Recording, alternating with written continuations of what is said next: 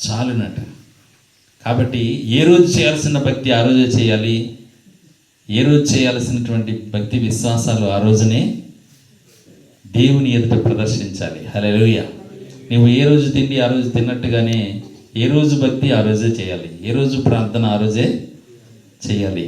మనము చివరికి యేసు ప్రభు దగ్గర 70 మంది శిష్యులు ఉండేవారట. తర్వాత ఎంతమంది మిగిలారు? 12 మంది మిగిలారు. తర్వాత ఎంతమంది మిగిలారు? అందరూ 12 మంది కూడా ఎక్కడికో వెళ్ళిపోయారు. యేసు ప్రభు ఒక్కడే మిగిలాడు. కానీ పాపాన్ని గెలిచాడు, మరణాన్ని గెలిచి తిరిగి లేచాడు. నీవు కూడా ఒక్కడు వైపైనా ఒక్కదాని వైపైనా సరే పరిశుద్ధంగా ఉండాలి, పాపాన్ని గెలవాలి, మరణాన్ని గెలిచే పరిశుద్ధాత్మ శక్తిని నువ్వు పొందుకోవాలి. హల్లెలూయా. దేవుడు నీ హృదయంలో నివసిస్తాడు. దేవుడు మరణకరమైనటువంటి పాప రోగాన్ని తీసివేయడానికి శరీరధారిగా భూమి మీదకు వచ్చాడు. హల్లెలూయా. ఇక్కడ పాపము చేయు ప్రతి వాడును ఆజ్ఞను అతిక్రమించినట. పాపము చేసే ప్రతి ఒక్కరు కూడా ఏం చేస్తున్నారట? ఆజ్ఞను అతిక్రమిస్తున్నారట. కాబట్టి మానవులారా, పాపము చేయకండి, పరిశుద్ధముగా ఉండండి, పవిత్రముగా ఉండి నాకు ప్రార్థన చేయండి. పరలోక రాజ్యాన్ని మీకు వాగ్దానము చేశాను, మీ ఆత్మకు నిత్య జీవాన్ని నేను వాగ్దానము చేశానని దేవుడు చెబుతున్నాడు. ఈ లోకానుసారులు ఈ లోకపరమైన విషయాల మీద నమ్మకం ఉంచుతారట. కానీ స్వర్గానికి వెళ్ళాలి, పరలోక రాజ్యానికి వెళ్ళాలి అనుకునేవారు పరలోకపు రాజ్యపు పవిత్రతను సంపాదించుకుంటారు. హల్లెలూయా. యేసు ప్రభువారు అంటున్నారు, పాపము చేసే ప్రతివాడు పాపమునకు దాసుడు, ఆజ్ఞను అతిక్రమిస్తున్నాడు. దేవుడు పాపము చేయడానికి మనుషులను పుట్టించలేదు, కానీ పరిశుద్ధమైన క్రియలు చేయడానికి దేవుడు మనుషుల్ని పుట్టించాడు. పవిత్రమైన పనులు చేయడానికి మనుషుల్ని దేవుడు పుట్టించాడు. ఒకవేళ మనుషులు తప్పిదము చేసి, దేవా నేను పాపిని, నన్ను క్షమించు అని ఎవరైతే అడుగుతారో, ఎంత ఘోర పాపినైనా దేవుడు క్షమించి నీతిమంతుడిగా మారుస్తాడు. హల్లెలూయా, హల్లెలూయా. కాబట్టి నువ్వు నీ దివిటిని వెలిగించుకోవాలి, నువ్వు పరిశుద్ధంగా ఉండాలి, పవిత్రంగా ఉండాలి. హల్లెలూయా. ఇక్కడ ఏమని చెప్తున్నాడు? ఆజ్ఞాతిక్రమమే పాపము. ఆజ్ఞను అతిక్రమించి తప్పు చేయడమే పాపము. అయితే పాపములను తీసివేయట కొరకై ఆయన ప్రత్యక్షమయ్యను. హల్లెలూయా. యేసు ప్రభు వారు ఎందుకు ప్రత్యక్షమయ్యారంటే, మనుషుల యొక్క హృదయాల్లో, నీ హృదయంలో పాపాన్ని తీసివేయడానికి ఆయన ప్రత్యక్షమయ్యాడు. హల్లెలూయా. కాబట్టి నువ్వు పాపాన్ని ఒప్పుకొని, ప్రభువా నా తప్పిదాన్ని క్షమించు, నా చెడుతనాన్ని తీసివేయి, నా ప్రవర్తనలో, నా గుణలక్షణాలలో నీకు ఇష్టము కానీ ప్రతి దాన్ని కూడా తొలగించు ప్రభు అంటే, దేవుడు దాన్ని తొలగించి నిన్ను పరిశుద్ధుడిగా, నీతిమంతుడిగా మారుస్తాడు. హల్లెలూయా. ఆయన నీతిని మనకిచ్చిన దేవుడు. హల్లెలూయా. అందుకే యేసుప్రభు గురించి ఏమని రాసి ఉంటుందంటే, ఆయన వెలుగై ఉండి ప్రతి మనిషిని వెలిగిస్తూ ఉన్నాడట. హల్లెలూయా. ఆయన ప్రతి మనిషిని వెలిగించుచూ ఉన్నాడట. హల్లెలూయా. ఏమిటి వెలిగించడం అంటే, పాపం అనేది చీకటి లాంటిది. వెలుగు సంబంధులు పాపాన్ని చేయరు, పరిశుద్ధముగా జీవిస్తారు. హల్లెలూయా. ఇంకేమని చెప్తున్నాడు? ఆయన ప్రత్యక్షమైంది ఎందుకంటే మనుషుల యొక్క పాపములను తీసివేయట కొరకై ఆయన ప్రత్యక్షమైనను, ఆయన యందు పాపమేమీ లేదు. హల్లెలూయా. ఈ లోకంలో అనేకులు పూజింపదగిన వారు ఉన్నప్పటికీ కూడా పాపము లేని దేవుడు యేసయ్య. హల్లెలూయా. పవిత్రుడైన వాడు యేసయ్య. హల్లెలూయా. పాత నిబంధన నుంచి కొత్త నిబంధన ముగింపు వరకు కూడా ఆయనలో ఏ పాపము లేదు. ఆయనను సిలువకు అప్పగించిన న్యాయాధిపతి ఏమంటాడు తెలుసా? గడిచిన రాత్రి నా భార్యకు కలలో దేవుడు కనిపించేట ఏమన్నాడట? ఆ నీతిమంతుని జోలికి నువ్వు వెళ్ళొద్దన్నాడట. ఆమె కబురు పెట్టిందట, ఈరోజు నువ్వు తీర్పు తీరుస్తున్నావే, ఆ యేసు క్రీస్తు అనేటువంటి వ్యక్తి కోసం నువ్వు నిర్దోషిగా ఉండాలి అని అంటే, గడిచిన రాత్రి నాకు వచ్చినటువంటి కళను నీకు చెప్తున్నాను, ఆయనలో ఏ పాపము లేదని చెప్పిందట. హల్లెలూయా. చెబితే తీర్పు తీర్చడానికి కూర్చున్నటువంటి పిలాతు అనే న్యాయాధిపతి నీళ్లు తెమ్మని చెప్పి, ఆయన యందు నాకు ఏ దోషమో కానరాలేదు, అతని విషయంలో నేను నిర్దోషిని, మీరే ఉత్తరవాదులు అని సిలువ వేయమని కేకలు వేసిన ప్రజల ఎదుట చేతులు కడిగేసుకున్నాడట. అతని యందు పాపమేమీ లేదు. మీరెందుకు అతన్ని సిలువ వేయమంటున్నారు?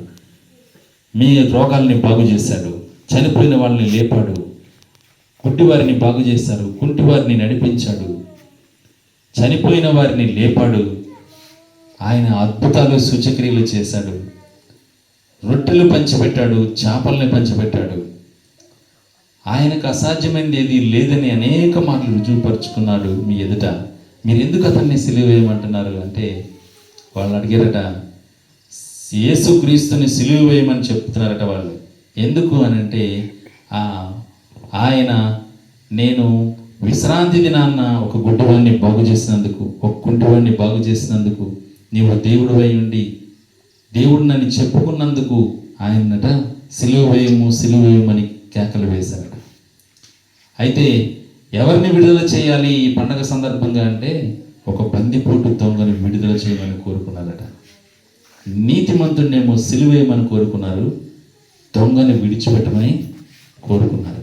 చెప్పాలంటే దేవుణ్ణి చంపేయమని కోరుకున్నారు, దెయ్యాన్ని విడిచిపెట్టమని కోరుకున్నారు. అందుకే లోకంలో అందరూ కూడా పాపం ఎక్కువ చేయడానికి కారణం ఏంటంటే వీళ్ళు విడుదల కోరుకున్నారు. ఎవరి విడుదల? బందిపోటు దొంగ యొక్క విడుదలను కోరుకొని అంటారు కదా, ఈ నీతిమంతుని యొక్క రక్తము నాకు సంబంధం లేదని పిలాతు అనగానే ఆ పాపభారము, ఆ యొక్క రక్తాపరాధము మా మీదను మా పిల్లల మీదను ఉండునుగాక అంటారు వీళ్ళు. ఈ నీతిమంతుని యొక్క రక్తము యేసు ప్రభుని సిలువకు అప్పగించిన యొక్క శిక్షట మా మీద మా పిల్లల మీద ఉండునుగాక అంటారు. అందుకని ఈయన్ను సిలివేసినటువంటి ప్రజలు కారణం ఏదైనా సరే, ఇక్కడికి దాదాపుగా ఒక 90 సంవత్సరాల క్రితం పెద్ద యుద్ధం జరిగింది. ఆ యుద్ధంలో ఇలాగ సిలువ వేయము అన్న వారి యొక్క వంశస్థుల్ని 60 లక్షల మందిని చంపేశారు యుద్ధంలో. కారణం ఏమీ లేదు. వాళ్ళన్నమాట ఒకటి, ఆ నీతిమంతుని యొక్క రక్తము మా మీద మా పిల్లల మీద ఉండునుగాక. ప్రపంచమంతా చెదిరిపోయారు. మేం పలానా దేశస్థులమని చెప్పుకునే హక్కు కూడా లేకుండా రహస్యంగా బ్రతుకుతూ వచ్చారు. అయినా దేవుడు మరలా చివరి దినాల్లో వారిని కరుణించి మరలా ప్రేమిస్తున్నాడు. అంత ప్రేమ గల దేవుడు. హల్లెలూయా. మనకైతే అవకాశం ఉంది. యేసు ప్రభువా, నీవు నీతిమంతుడివి, నన్ను కూడా నీతిమంతుడిగా ఉంచు. నిన్ను సిలువకు అప్పగించను, నేను నీ ఆత్మకు నేను గాయాలు చేయను. నీవు పరిశుద్ధుడవు కనుక నీ పరిశుద్ధమైన ఆత్మచేత నన్ను నింపు ప్రభువా కదా. అందరి జీవితాల్లో దేవుడు ఎన్నో మేలు చేశాడు కదా. ఒకవేళ దేవుడు మేలు చేయకపోతే నీవు ఈ రాత్రి ఇక్కడ కూర్చొని ఉండేవాడు కాదు. దేవుడు మేలు చేయకపోతే నీ కుటుంబంలో కన్నీరు, దుఃఖము, ఏడుపు ఉండేది.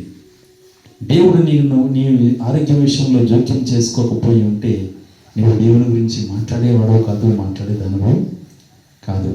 ఆయన పొందిన దెబ్బలలో నీకు స్వస్థత కలుగుతుందట. ఆయనలో ఏ పాపము లేదు, ఆయనను దెబ్బలు అనుభవించాడు.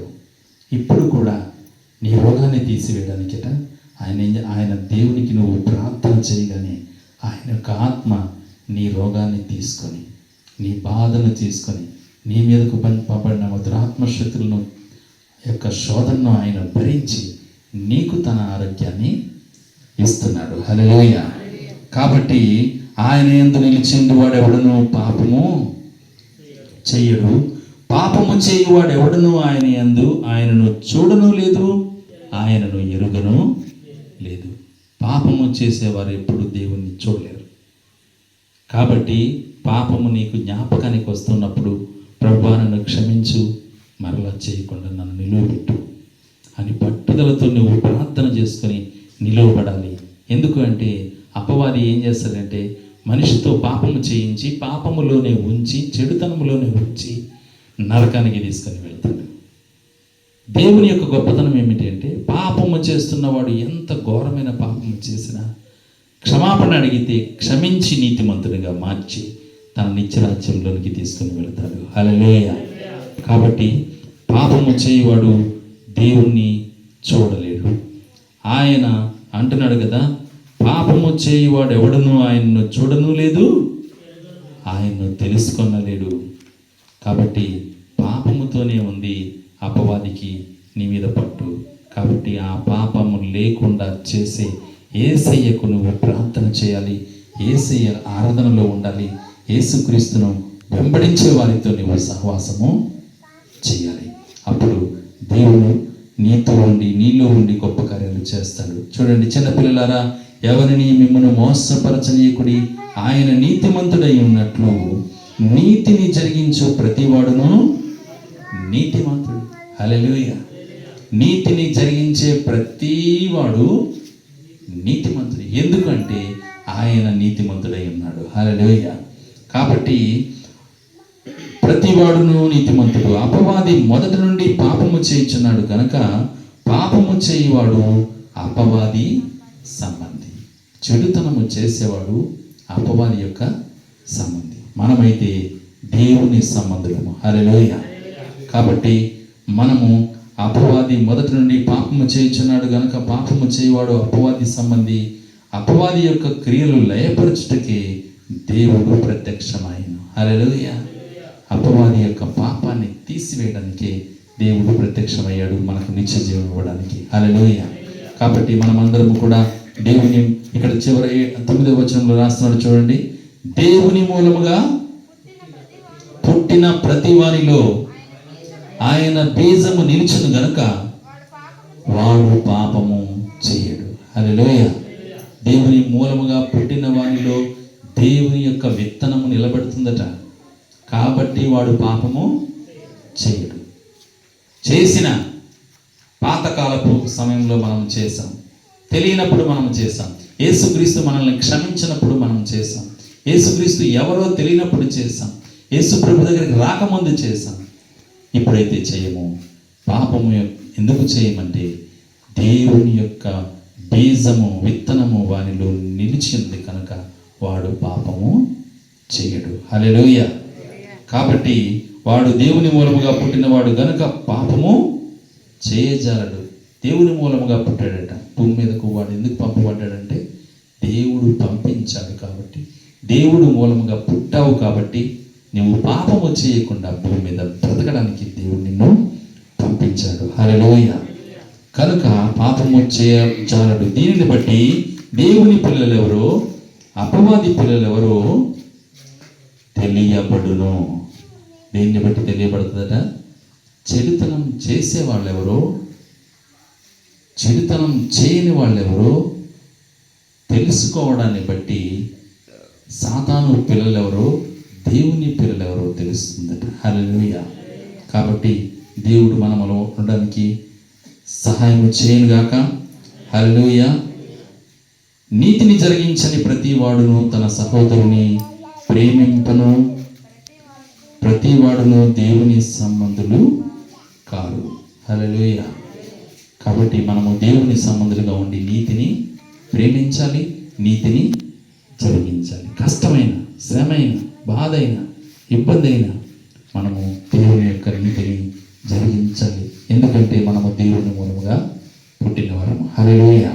అలా ఉండడానికి దేవుడు మనకందరికీ సహాయం చేయనుగాక. దేవుడి మాటలు దీవించునుగాక. ఆమేన్.